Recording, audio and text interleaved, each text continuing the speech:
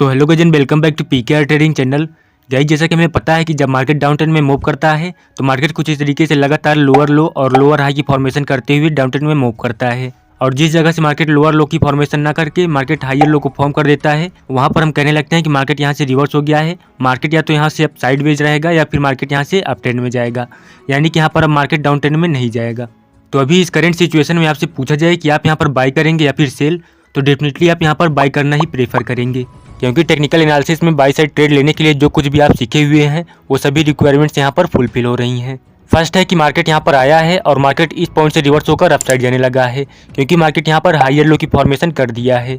और second confirmation है हमारा कि अगर आप यहाँ पर ध्यान देंगे तो यहाँ पर जब मार्केट डाउन ट्रेंड में आया है तो मार्केट यहाँ पर एक inverted head and shoulder chart pattern की फॉर्मेशन कर रहा है, और ये वाली जो कैंडल बनी हुई है इस नेकलाइन को अपसाइड ब्रेक भी कर रही है। और थर्ड पॉइंट है कि अगर आप यहाँ पर ऑब्जर्व करेंगे तो यहाँ देखिए, जब इस पॉइंट से बायर्स मार्केट को अपसाइड ले गए हैं तो ये हमारा एक पोल बन गया है, और उसके बाद मार्केट यहाँ पर थोड़ा सा टाइम स्पेंड किया है और ये हमारा फ्लैग बन गया है। तो कुल मिलाकर ये हमारा एक pole and flag chart pattern बन रहा है, यानी कि हमें यहाँ पर पोल एंड फ्लैग का चार्ट पैटर्न भी देखने को मिल रहा है। और उसके बाद यहाँ पर जो ये वाली ग्रीन कैंडल बनी हुई है इस पोल एंड फ्लैग पैटर्न को अपसाइड ब्रेक भी कर रही है। तो हमारी टेक्निकल एनालिसिस के अकॉर्डिंग हमें यहाँ पर मल्टीपल कंफर्मेशन मिल रहे हैं कि मार्केट यहाँ से रिवर्स हो गया है, यानी कि मार्केट अब यहाँ से अपसाइड जा सकता है। तो हम यहाँ पर मल्टीपल कंफर्मेशंस को देखते हुए यहाँ पर बाय करना ही प्रेफर करेंगे, क्योंकि यहाँ पर हमारे टेक्निकल एनालिसिस के अकॉर्डिंग काफ़ी सारी कंफर्मेशंस मिल रहा है कि मार्केट यहाँ से अपसाइड जाएगा। तो हम यहाँ इस पॉइंट से बाय करना स्टार्ट कर देंगे, और जो हमारा स्टॉप लॉस रहेगा वो यहाँ कहीं रहेगा। अब आगे देखिए क्या होता है, प्राइस यहाँ से अपसाइड न जाकर डाउन साइड आ जाता है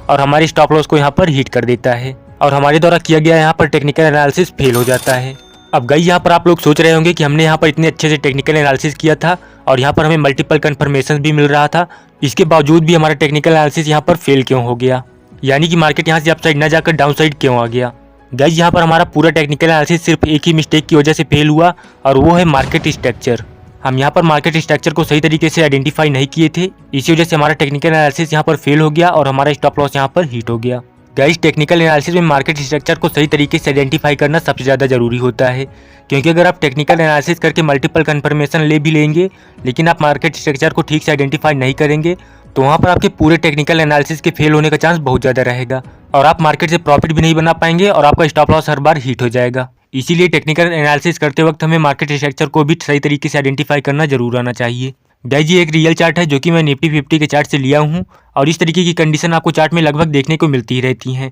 तो इसको सीखना आपके लिए बहुत ज़्यादा जरूरी है, ताकि आप अपने स्टॉप लॉस को हिट होने से बचा सकें और आप मार्केट से अच्छा प्रॉफिट जनरेट कर सकें। तो चलिए जानते हैं कि डाउन ट्रेंड में मार्केट कैसे मूव करता है और कैसे स्ट्रक्चर बनाता है। पहले हम डाउन ट्रेंड मार्केट के स्ट्रक्चर के कॉन्सेप्ट को समझेंगे, और उसके बाद जब हम उसे इस चार्ट पर रिलेट करेंगे तो आपको बहुत ही अच्छे समझ में आ जाएगा कि हमारा टेक्निकल एनालिसिस यहाँ पर फेल क्यों हुआ था। अगर आप इसे सीख जाते हैं तो आप आने वाले टाइम में ऐसी मिस्टेक्स नहीं करेंगे जिससे आपका स्टॉप लॉस हिट हो। तो वीडियो को बिना स्किप किए हुए पूरा देखिएगा, आपको सब कुछ अच्छे समझ में आ जाएगा। तो चलिए समझते हैं।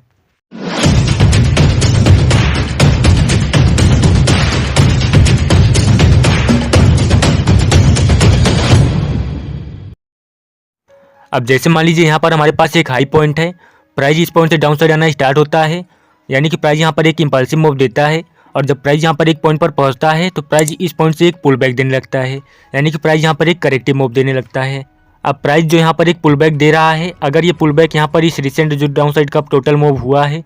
अगर इस डाउन साइड मूव के एटलीस्ट 38% लेवल तक मूव करता है तो ये वाला जो पॉइंट है ये हमारा एक लो पॉइंट बन जाता है। और उसके बाद जब मार्केट यहाँ पर इस डाउन साइड मूव के एटलीस्ट 38% लेवल तक जाता है, और उसके बाद जब प्राइस इस पॉइंट से फिर से रिवर्स होने लगता है, यानी फिर से नीचे आने लगता है और इस लो वाले पॉइंट को ब्रेक कर देता है डाउन साइड, तो ये जो ब्रेक वाला पॉइंट है ये हमारा एक बोस पॉइंट बन जाता है, यानी कि ब्रेक ऑफ स्ट्रक्चर।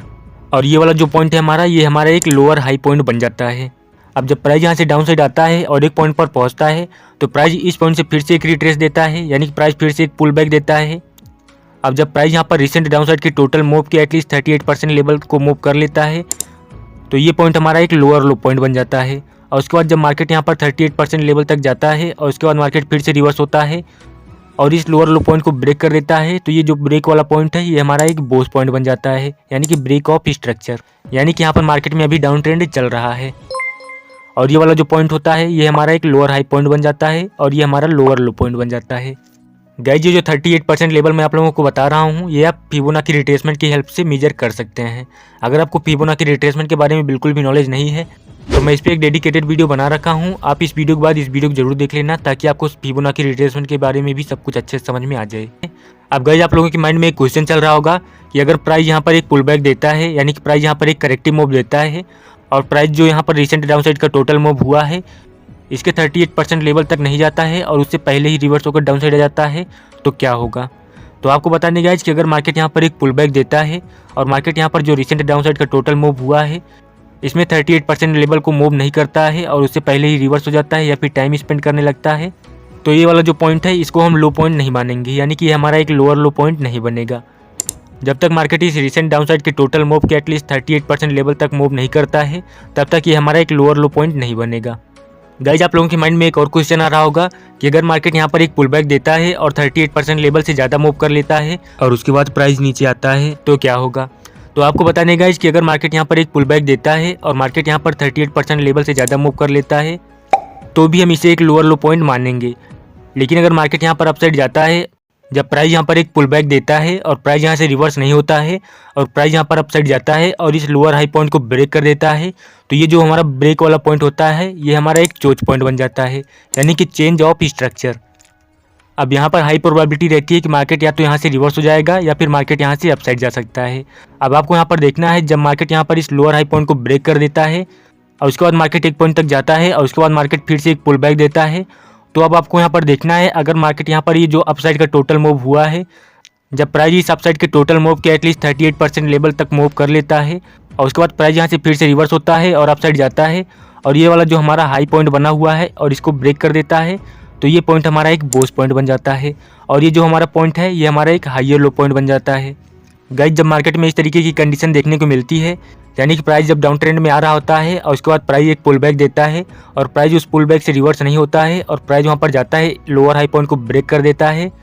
और उसके बाद जब प्राइस एक पुल बैक देता है और इस अपसाइड के टोटल मूव के एटलीस्ट 38% लेवल तक मूव करता है और उसके बाद वहाँ से फिर से रिवर्स होकर अपसाइड चला जाता है, तो इसका मतलब होता है कि ट्रेंड यहाँ से अब रिवर्स हो गया है। यानी कि अभी तक यहाँ पर डाउन ट्रेंड चल रहा था, अब यहाँ पर हाई प्रोबेबिलिटी है कि मार्केट यहाँ पर हाइयर हाई और हाइयर लो की फॉर्मेशन करते हुए अप ट्रेंड में जा सकता है, यानी कि यहाँ पर स्ट्रक्चर में चेंज हो गया है। इसीलिए जब प्राइस यहाँ पर इस लोअर हाई पॉइंट को ब्रेक करता है तो हम इसे चोच पॉइंट बोलते हैं, यानी कि चेंज ऑफ स्ट्रक्चर, यानी कि स्ट्रक्चर में चेंज हो गया है। अब प्राइस यहाँ से हाइयर हाई और हाइयर लो की फॉर्मेशन कर सकता है।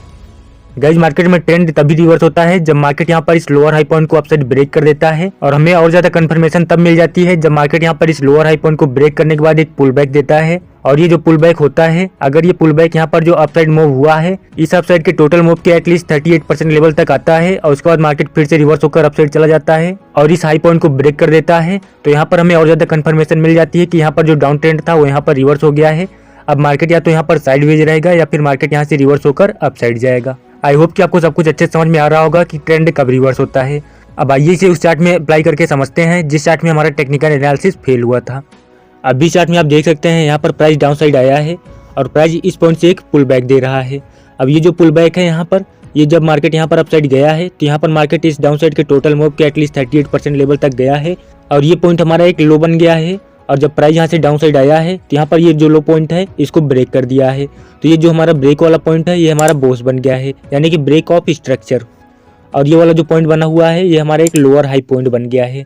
अब प्राइस जब यहाँ से डाउन साइड आया है तो प्राइस इस वाले पॉइंट तक आया है और यहाँ पर इस पॉइंट से प्राइस यहाँ पर फिर से एक पुल बैक दे रहा है और प्राइस यहाँ पर इस रिसेंट डाउन साइड के टोटल मूव के एटलीस्ट 38% लेवल तक गया है और ये हमारा एक लोअर लो पॉइंट बन गया है और उसके बाद प्राइस यहाँ पर फिर से डाउन साइड आ रहा है। अब जब प्राइस यहाँ पर डाउन साइड आया है तो ये जो हमारा लोअर लो पॉइंट बना हुआ है इसको ब्रेक कर दिया है, तो ये जो हमारा ब्रेक वाला पॉइंट है ये हमारा बोस बन गया है, यानी कि ब्रेक ऑफ स्ट्रक्चर। यानी कि अभी मार्केट में डाउन ट्रेंड चल रहा है और ये वाला जो पॉइंट है हमारा ये हमारा एक लोअर हाई पॉइंट बन गया है। और उसके बाद देखिए प्राइस यहाँ पर थोड़ा सा नीचे आया है और उसके बाद इस पॉइंट से फिर से एक पुल बैक दे रहा है और प्राइस यहाँ पर इस वाले हाइयर लो पॉइंट तक गया है, यानी कि प्राइस यहाँ पर टोटल डाउन साइड मूव के एटलीस्ट 38% लेवल से ज़्यादा मूव किया है और उसके बाद प्राइस यहाँ से रिवर्स होकर फिर से डाउन साइड आया है और जब प्राइस यहाँ से डाउन साइड आया है तो प्राइस यहाँ पर फिर से इस लोअर लो पॉइंट को ब्रेक कर दिया है,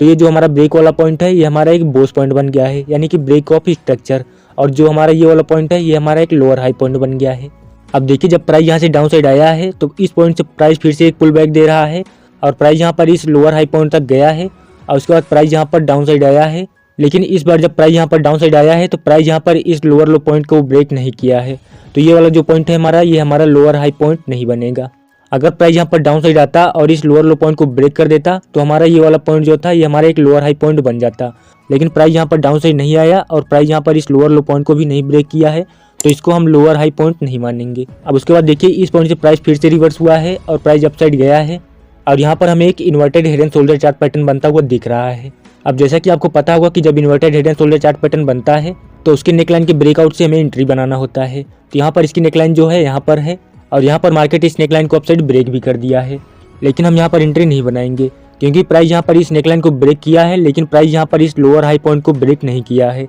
जैसा कि मैंने आपको भी बताया था कि ट्रेंड तभी रिवर्स होता है जब प्राइस अपने लोअर हाई पॉइंट को ब्रेक कर देता है अपसाइड। तो हमारा जो लास्ट वाला लोअर हाई पॉइंट बना हुआ है यानी कि ये वाला लोअर हाई पॉइंट, यहाँ पर मार्केट इस लोअर हाई पॉइंट को ब्रेक नहीं किया है, तो हम यहाँ पर एंट्री नहीं बनाएंगे क्योंकि गाइस जो लोअर हाई पॉइंट होता है वो हमारे एक स्ट्रॉन्ग रेजिस्टेंस लेवल की तरह वर्क करता है। और यहाँ पर जो pole and flag chart pattern भी बन रहा है, हम इसको देखकर भी एंट्री नहीं बनाएंगे क्योंकि यहाँ पर pole and flag chart pattern बना हुआ है और यहाँ पर जो ये वाली ग्रीन कैंडल बनी हुई है इस पोल एंड फ्लैग पैटर्न के हाई को ब्रेक कर रही है, लेकिन हम यहाँ पर बाय नहीं करेंगे क्योंकि यहाँ पर मार्केट इस लोअर हाई पॉइंट को ब्रेक नहीं किया है। अगर मार्केट यहाँ पर लोअर हाई पॉइंट को ब्रेक कर दिया होता तब हम यहाँ पर कॉल साइड का ट्रेड प्लान कर सकते थे, लेकिन मार्केट यहाँ पर इस लोअर हाई पॉइंट को ब्रेक नहीं किया है, इसलिए हम यहाँ पर एंट्री नहीं बनाएंगे। गाइस ये जो हमारा प्रीवियस लोअर हाई पॉइंट होता है इसको हम मेजर स्विंग हाई कहते हैं क्योंकि ये जो हमारा मेजर स्विंग हाई होता है इसको मार्केट जल्दी ब्रेक नहीं कर पाता है और जब मार्केट इस मेजर स्विंग हाई को ब्रेक कर देता है तो वहाँ पर हाई प्रोबेबिलिटी रहती है कि मार्केट वहाँ से रिवर्स होकर अपसाइड जाए या फिर मार्केट वहाँ पर साइडवेज हो जाए। गाइस इसी वजह से हमारा टेक्निकल एनालिसिस फेल हुआ था,